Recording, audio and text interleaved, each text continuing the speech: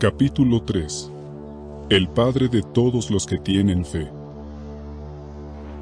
Párrafos 1 y 2. Pregunta: ¿cómo había cambiado el mundo desde los días de Noé y cómo se sentía Abraham al respecto? Abraham levanta la vista. Su mirada se clava en el Sigurat, la pirámide escalonada que sobresale en el horizonte de la ciudad donde vive. La nota a pie de página dice: en aquel momento, Abraham en realidad se llamaba Abram, pero años más tarde, Dios le puso el nombre Abraham, que significa padre de una multitud. Fin de la nota. Puede ver el humo ascender desde aquel enorme templo. Parece que los sacerdotes del dios lunar están otra vez ofreciendo sacrificios allí. Sus gritos resuenan por las calles. Suspirando indignado, Abraham aparta la vista y retoma el camino a su casa. Al abrirse paso entre la multitud, quizá piense con disgusto en cómo la idolatría y la religión falsa han llenado la ciudad de Ur. ¿Cuánto había cambiado el mundo desde los días de Noé? Noé había muerto solo 2 años antes de que naciera Abraham. Cuando Noé y su familia salieron del arca después del gran diluvio, este hombre fiel le ofreció un sacrificio a Dios, quien a su vez respondió haciendo aparecer un arco iris en el cielo. En aquel entonces, la única religión que existía en el mundo era la verdadera. Pero ahora, 10 generaciones más tarde, son pocos los que siguen sirviendo a Jehová. En todas partes, la gente adora a dioses paganos. Incluso el padre de Abraham, Taré, participa en aquella idolatría, quizá fabricando ídolos. Párrafo 3. Pregunta: ¿qué cualidad tenía Abraham y qué podemos aprender de él? Sin embargo, Abraham era diferente. Se destacaba por su fe en Dios, la cual fue haciéndose más y más fuerte con el paso de los años. Tanto es así que el apóstol Pablo lo llamó por inspiración divina el Padre de todos los que tienen fe.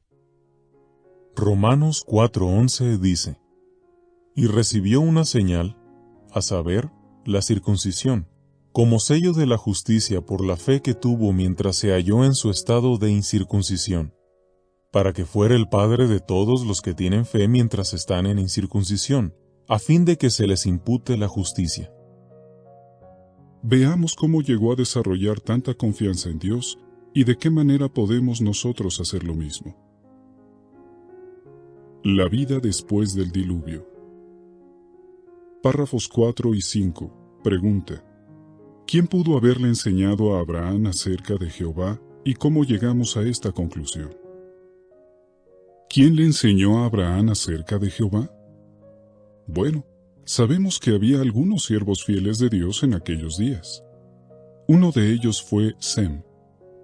Aunque no era el mayor de los 3 hijos de Noé, la Biblia suele mencionarlo en primer lugar, probablemente porque era un hombre de gran fe.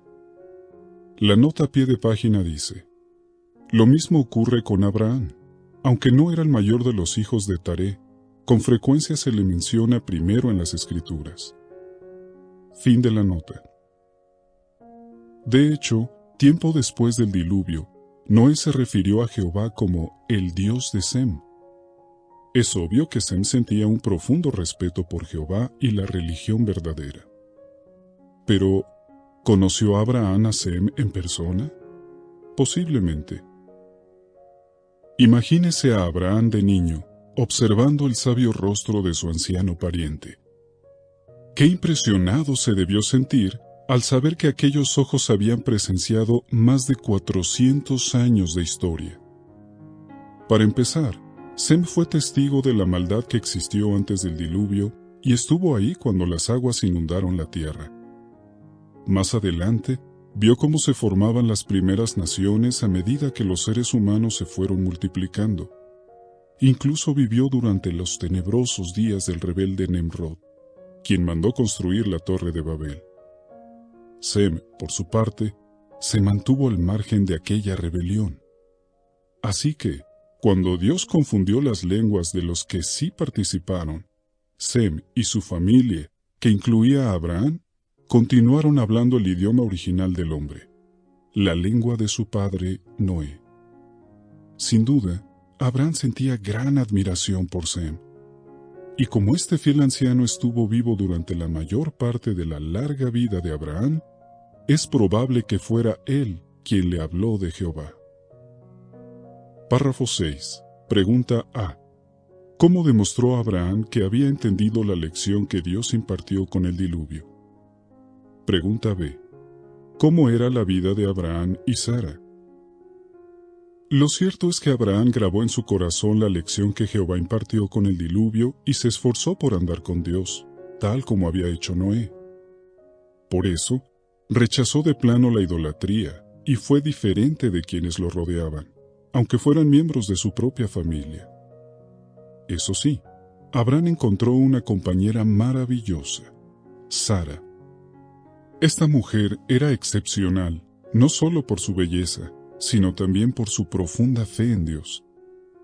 La nota a pie de página dice: en aquel momento, Sara se llamaba Sarai, pero más adelante, Dios le puso el nombre Sara, que significa princesa. Fin de la nota. Abraham se casó con ella y, aunque no tenían hijos, sin duda disfrutaban mucho de servir a Jehová juntos. Además, como Lot, el sobrino de Abraham, se había quedado huérfano, ellos lo adoptaron. Párrafo 7. Pregunta: ¿por qué es necesario que los cristianos imiten el ejemplo de Abraham? Abraham fue leal a Jehová y nunca participó en la idolatría que se practicaba en Ur. Junto con su esposa, estuvo dispuesto a ir contra la corriente. Para cultivar verdadera fe, nosotros debemos hacer lo mismo, sin tener miedo a ser diferentes. Jesús dijo que sus seguidores no son parte del mundo, y añadió que por eso el mundo los odia. Juan 15:19 dice: si ustedes fueran parte del mundo, el mundo le tendría afecto a lo que es suyo. Ahora bien, porque ustedes no son parte del mundo, sino que yo los he escogido del mundo, a causa de esto el mundo los odia. Si alguna vez usted se siente rechazado por su familia u otras personas por servir a Jehová, recuerde que no es el primero ni el último. En realidad, está siguiendo los pasos de siervos fieles del pasado como Abraham y Sara. Sal de tu tierra. Párrafos 8 y 9. Pregunta A. ¿Qué experiencia extraordinaria vivió Abraham cierto día? Pregunta B. ¿Qué mensaje le transmitió Dios a Abraham? Cierto día, a Abraham le ocurre algo extraordinario. Recibe un mensaje de parte de Jehová. El relato no entra en muchos detalles sobre cómo se lo transmitió, pero sí dice que el Dios de la gloria se le apareció. Hechos 7:2 y 3 menciona: Él dijo: varones, hermanos y padres, oigan, el Dios de la gloria se apareció a nuestro antepasado Abraham, cuando él estaba en Mesopotamia, antes que se domiciliara en Harán, y le dijo: sal de tu tierra y de tus parientes y ve a la tierra que yo te mostraré. Quizá por medio de un ángel, Abraham vio un destello de la incomparable gloria del soberano del universo.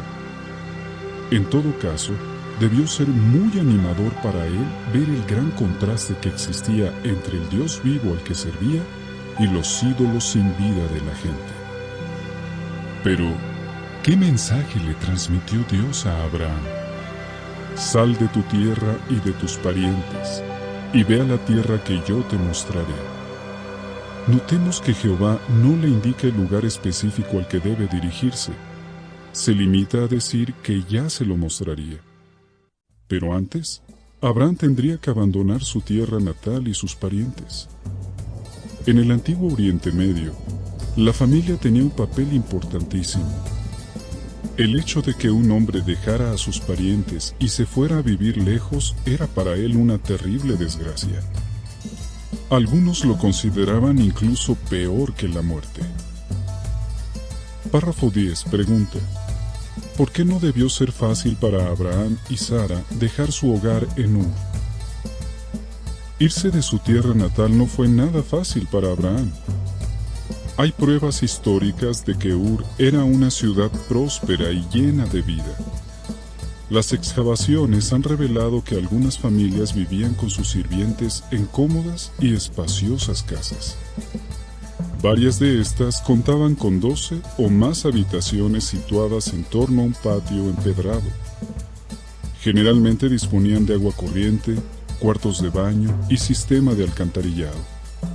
Además, no hay que olvidar que Abraham y Sara ya no eran precisamente jóvenes. Él rondaría los 70 años y ella los 60. Seguro que Abraham, como todo buen esposo, se preocupaba por el bienestar de Sara. ¿Podría cuidar bien de ella allá a donde iban? ¿Cuántas conversaciones habrán tenido sobre sus inquietudes y temores? Por eso, no es difícil imaginar lo contento que debió sentirse Abraham cuando Sara le aseguró que aceptaba irse. Al igual que él, estaba dispuesta a dejar atrás su cómodo hogar. Párrafos 11 y 12. Pregunta A: ¿qué preparativos y decisiones implicaba el viaje para Abraham y Sara? Pregunta B: ¿cómo se imagina usted el día de la partida? Una vez tomada la decisión, Abraham y Sara ponen manos a la obra. Hay tantos preparativos que hacer. ¿Qué cosas van a llevarse a aquel paradero desconocido? ¿Cuáles van a dejar? Y lo que es más importante, ¿qué hay de la familia y los sirvientes? El padre de Abraham, Taré, ya está mayor. ¿Será buena idea que vaya? Abraham y Sara creen que sí, pues quieren cuidarlo hasta el fin de sus días. Y parece ser que Taré, quien sin duda ha abandonado la idolatría, acepta gustoso acompañarlos. De hecho, el relato lo menciona a él como patriarca sacando a su familia de Ur. En cuanto a Lot, el sobrino de Abraham, él también se les une en el viaje. Finalmente llega el día de la partida. Imagínese la escena. Fuera de los muros y el foso que rodean la ciudad, la familia y sus sirvientes están a punto de emprender el esperado viaje. Han reunido los rebaños, cargado los burros y camellos y ya están listos para partir. ¡Qué momento tan emocionante! La nota a pie de página dice: algunos estudiosos cuestionan el hecho de que los camellos hubieran sido domesticados para el tiempo de Abraham. Sin embargo, las pruebas que aportan no son concluyentes. Lo cierto es que la Biblia nombra en varias ocasiones a los camellos entre las posesiones de Abraham. Fin de la nota. Todas las miradas ahora se vuelven hacia Abraham, quien entonces da la señal para ponerse en marcha.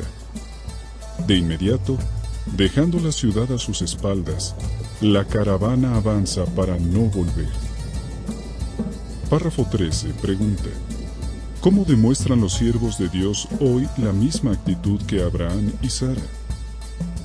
Hoy en día, muchos siervos de Jehová deciden trasladarse a lugares donde se necesitan más evangelizadores.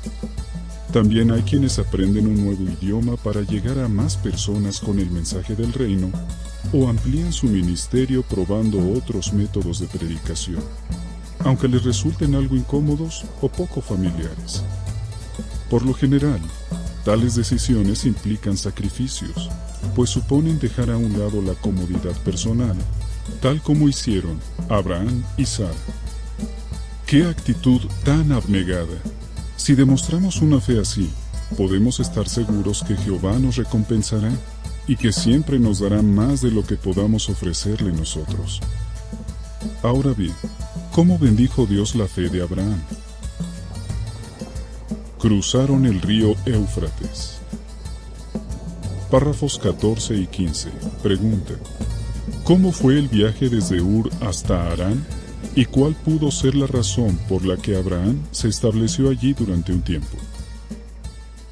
La caravana ha ido avanzando a un ritmo constante, y los viajeros ya se han acostumbrado a la rutina del viaje.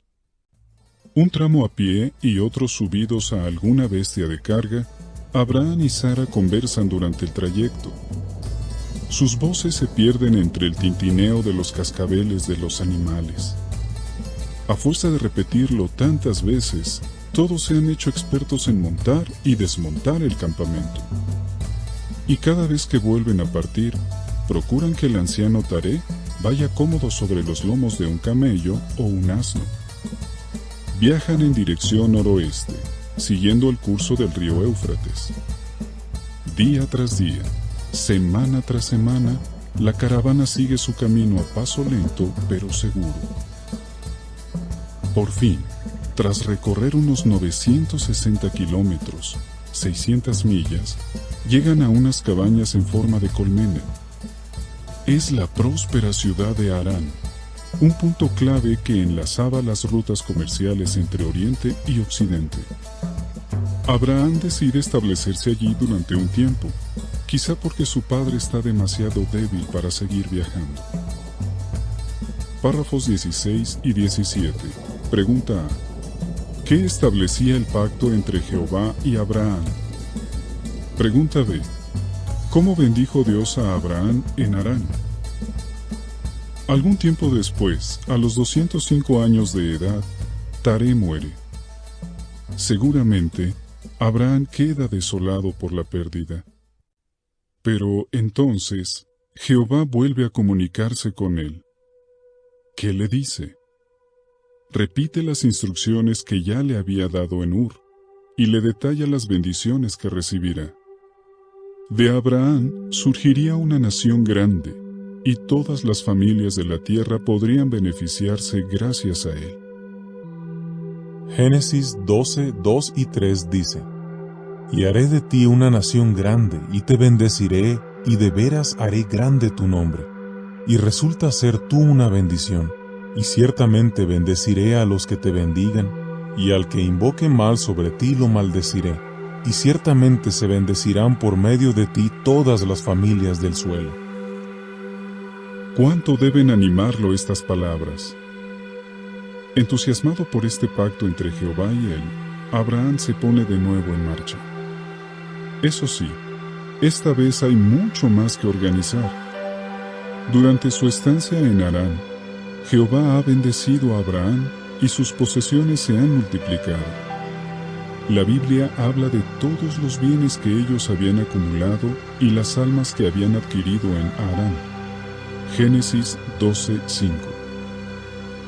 Y es que, para que de él pudiera surgir una nación, Abraham necesitaba una gran cantidad de sirvientes y bienes materiales. Claro, esto no significa que debemos esperar que Jehová les conceda riquezas a sus siervos, pero sí confirma que les dará todo lo que les haga falta para que puedan cumplir con la voluntad divina. Entonces, con fuerzas renovadas, Abraham retoma su camino, aunque desconoce a dónde lo llevará.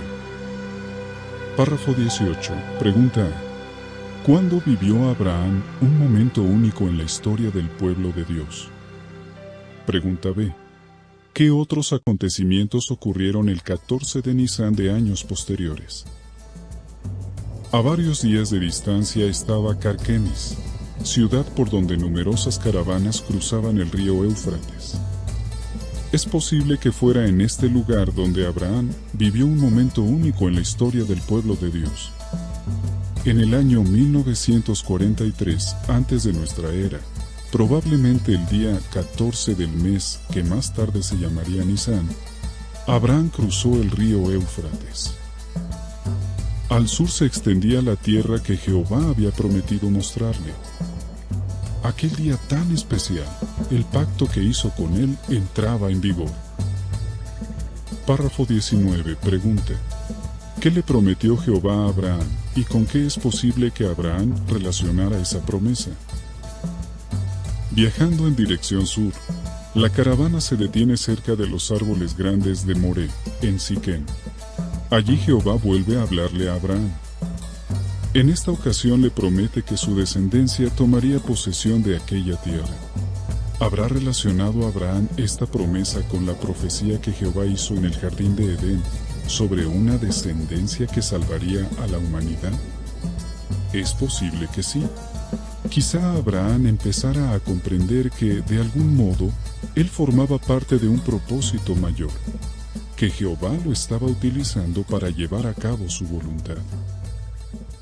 Párrafo 20 pregunta: ¿cómo demostró Abraham que valoraba el privilegio que Jehová le concedió? Abraham valoraba mucho el privilegio que Jehová le concedió. Mientras iba avanzando con precaución por aquella tierra habitada por cananeos, Abraham se detuvo para edificar altares a su Dios, primero cerca de los árboles grandes de Moré y después cerca de Betel. Menciona el relato que invocaba el nombre de Jehová. ¿Cómo?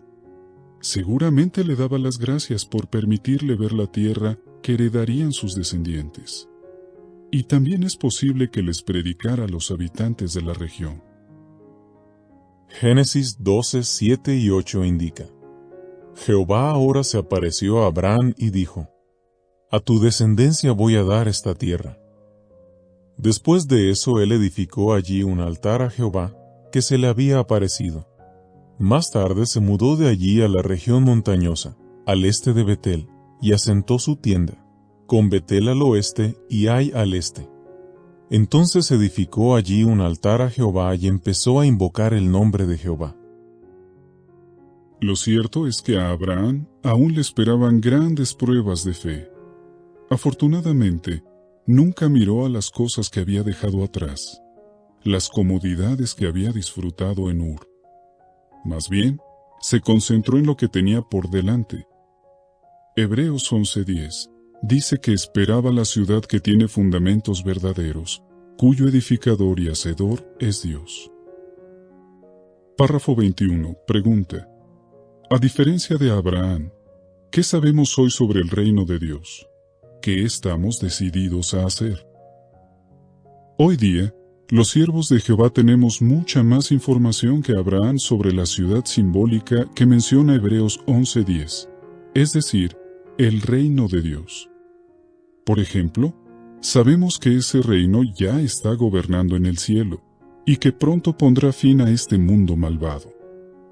También sabemos que el rey de ese reino es Jesucristo, la descendencia que se le había prometido a Abraham hacía tanto tiempo.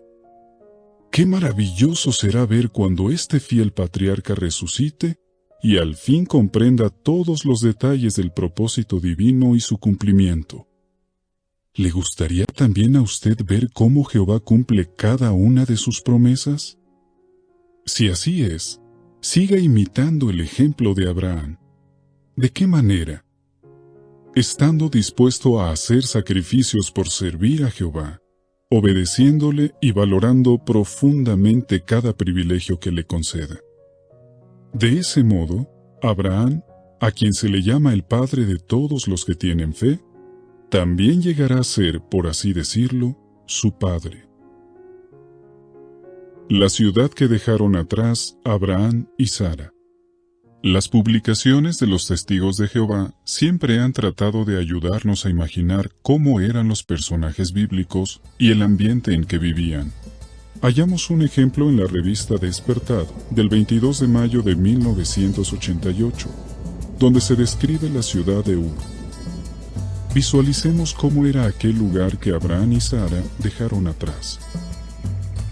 A medio camino entre el Golfo Pérsico y la ciudad de Bagdad, se halla un montículo de ladrillos de barro. Desde lejos, parece un solitario centinela en un vasto desierto. Azotadas por tormentas de polvo y abrasadas por el sol, las ruinas descansan en un profundo silencio que solo interrumpe de vez en cuando el aullido de algún animal nocturno. Eso es todo lo que queda de la poderosa ciudad de Ur. Pero retrocedamos 4000 años. Allí, en lo que era la orilla oriental del río Éufrates, Ur es una ciudad floreciente. Casas y tiendas encaladas llenan sus serpenteantes calles.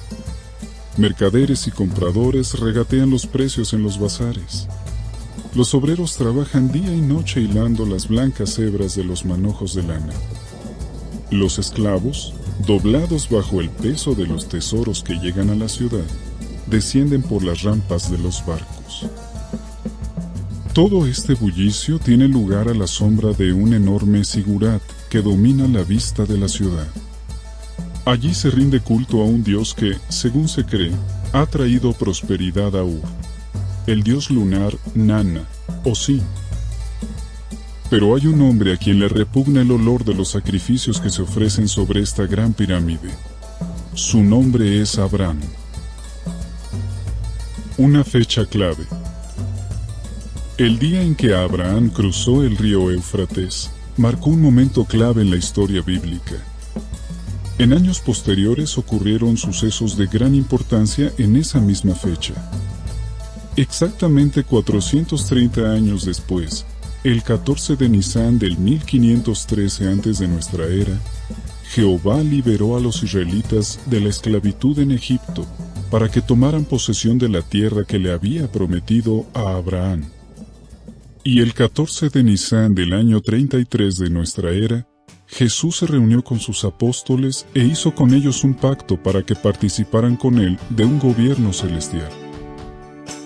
Gracias a este reino, pronto se eliminarán todos los problemas de la humanidad. Hoy día, los testigos de Jehová se reúnen año tras año en esa misma fecha del calendario judío, el 14 de Nisán, para conmemorar la Cena del Señor. Preguntas para pensar. ¿Cómo demostró Abraham su fe en un mundo lleno de idolatría? ¿Qué le impresiona a usted sobre la actitud con que Abraham salió de Ur? ¿Cómo recompensó Jehová la fe de Abraham? ¿Cómo podría usted imitar la fe que tenía Abraham?